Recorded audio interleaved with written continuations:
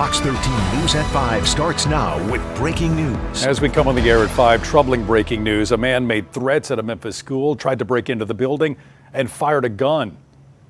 And in the end, police shot and captured him. I personally truly believe that we have avoided a tragedy. I think this suspect was going to harm somebody before the day was over. Naturally, a case like this makes us all pause for a moment as we look forward to our children going back to school over the next couple of weeks. Thank you for joining us tonight. I'm Daryl Green. And I'm Darcy Thomas. Police say the man first tried to break into Margolin Hebrew Academy this afternoon. That's off of White Station Road in East Memphis. When he couldn't get in, they say he fired a gun. Police caught up with him on McCrory Avenue where he was shot. Fox 13 sent a team of reporters into East Memphis, of course, as soon as we first heard about the threats. We begin tonight with Fox 13's Daniel Wilkerson, who's joining us live, where it all ended in Berkeley. Daniel.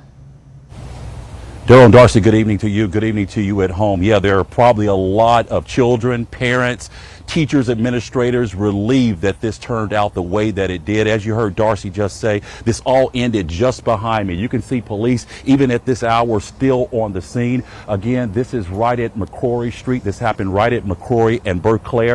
This is where police say they pulled that man over in the red truck, the one who they say made those shots outside the school. We're going to move around the scene just a little bit here because police are beginning to take some of the tape down, but they have not taken it all down just yet. If you bear with us for just a second, if you look straight through that way, straight ahead there, you'll see that big unit that Memphis police will oftentimes bring out when they have a huge scene. That's their mobile command unit. It looks like a big mobile home. It's an MPD vehicle, but they have brought that out just to process the scene here. I can tell you when we arrived on the scene, there were probably 30, if not 50 police officers out here. Again, this is where it happened. This is what we know at this hour. Police say using pictures and a description, they were able to track down the suspect just a few minutes from the school. Now, they say he was driving a maroon truck, and when they got enough officers to pull the suspect over here at McCrory and Berkeley, they pulled him over. They say at that point, the suspect got out of the truck with a gun in hand. That's when a Memphis police officer fired a shot at him, hitting the suspect. Investigators say the suspect was taken to Regional 1 in critical condition after that gunshot. Investigators say the suspect was then, as I said, taken to Regional 1. Now, Oscar Gomez, he lives in the area. He says that his kids were at home alone when this happened. He says his kids heard several gunshots. They all hit the floor afraid of what was going to happen next. As a father, I'm very concerned and sad emotionally because, I could not protect my kids. I wasn't there for them, because I had to go to work. And knowing that happened close by my house, I don't feel safe anymore around here.